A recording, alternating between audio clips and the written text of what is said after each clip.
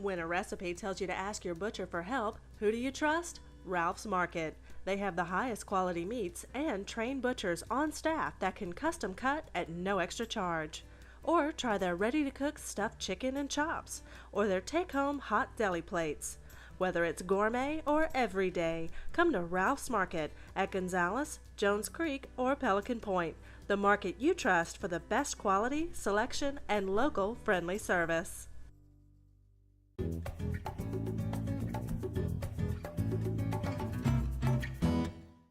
Hi, and welcome back to the Outdoor Kitchen Show. I'm Marissa Turner, and today we're in my kitchen cooking up some recipes all having to do with stuffing. Now, in the first part of the show, I showed you some stuffed peppers that were a little bit different. I used boudin and shrimp to stuff those peppers, topped them with a little bit of breadcrumbs, and served it with some queso. And I tell you what, folks, me and Franklin devoured it while we were cleaning up the kitchen to get ready for our second part of the show, which I'm going to show you some stuffed mushrooms first and then some meat pies.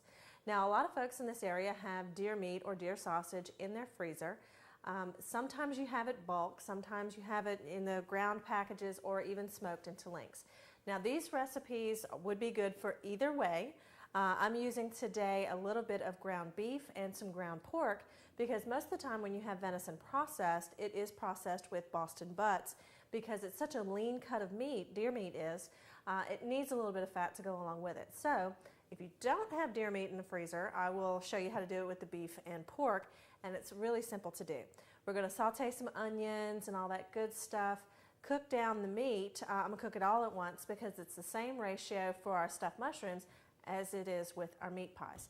Then I'm going to show you these big, beautiful portobello mushrooms. I have the gills scraped out so we have more area to stuff it with.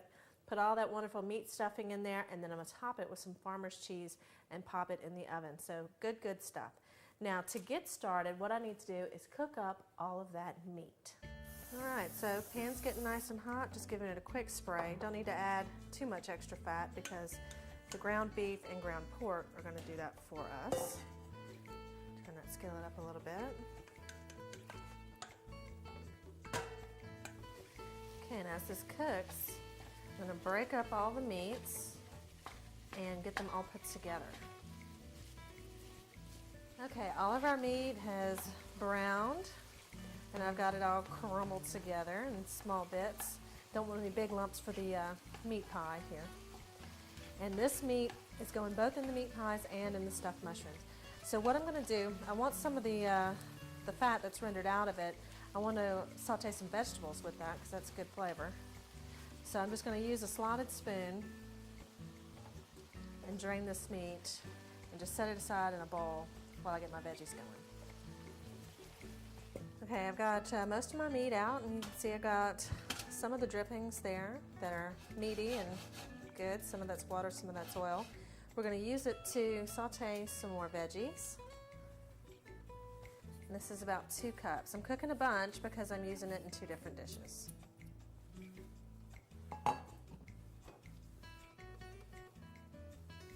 Okay, so my vegetables are nice and caramelized, wilted down, and I'm just going to combine this with the meat so it's all evenly separated.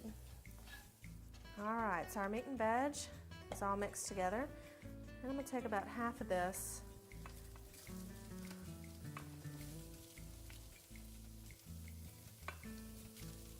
for our mushrooms. With the skillet nice and hot, I'm going to add in a little less than a cup of red wine. Let this reduce.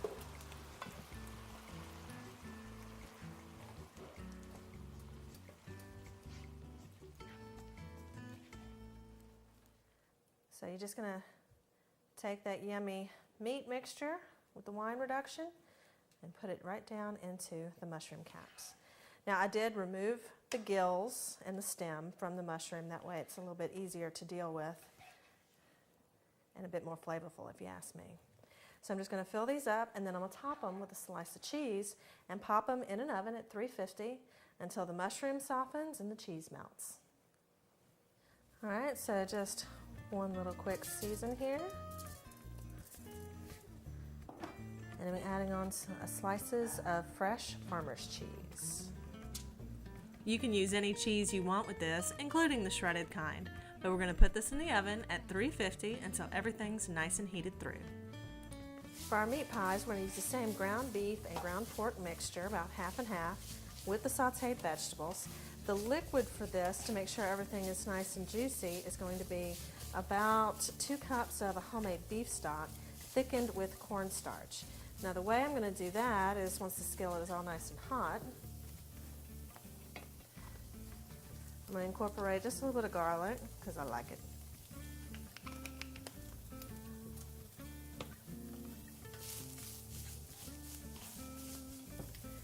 Okay, into 2 cups of cold beef stock, I'm adding in a tablespoon of cornstarch.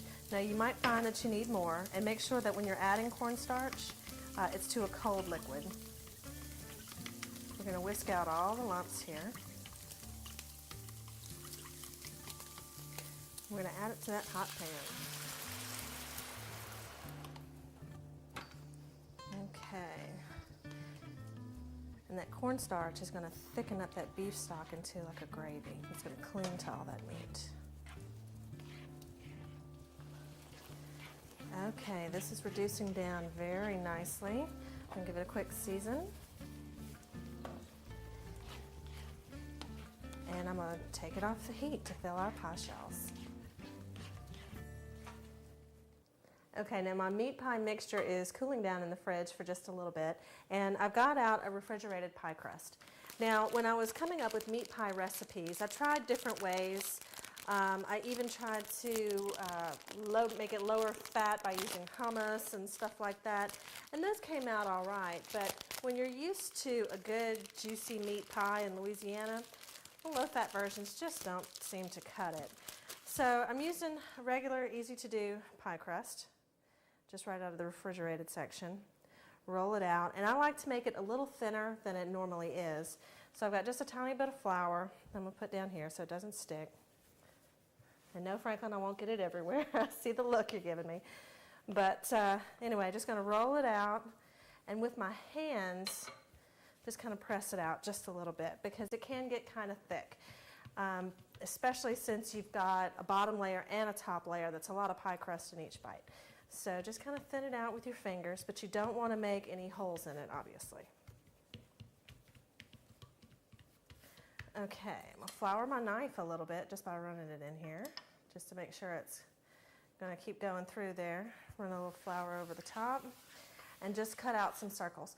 Now, you can go and get yourself a cookie cutter. I almost thought about doing that, but these are handmade pies. They don't have to be perfect because you're rolling them over anyway. You're not trying to fit them into like a ramekin or anything like that. So just eyeball it and you'll be pretty good.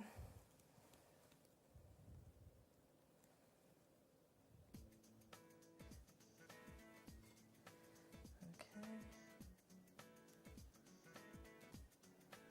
And you can make these as big or as little as you want.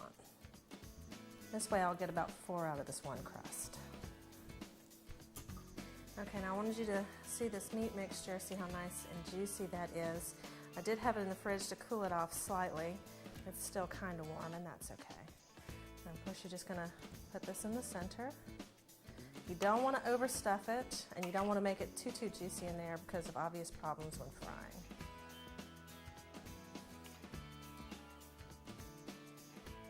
I'm just going to fold it over. Okay, looks like we're going to be good there. Now the reason I have the water is because you want to moisten it. And I'm just going to use my finger. Let's get it nice and moist.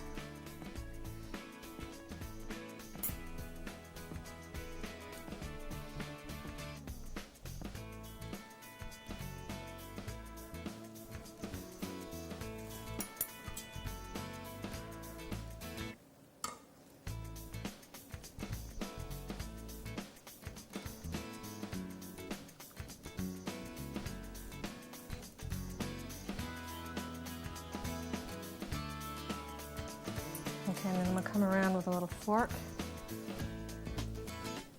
and just press down the edges.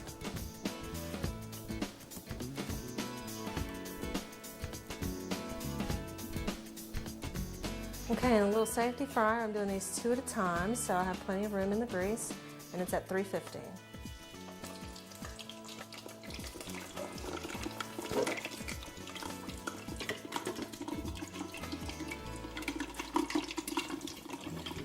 Okay, while those are in the grease, I got some paper towels out so I can drain them really good. Don't want them greasy, and they don't take too long. They look like they're coming up. So I'll tell you what, I'm gonna make some more of these, and when we come back from the break, I'll show you all of our meat pies, our mushrooms, and those stuffed peppers. So stay tuned, you're watching the Outdoor Kitchen Show. We'll be right back.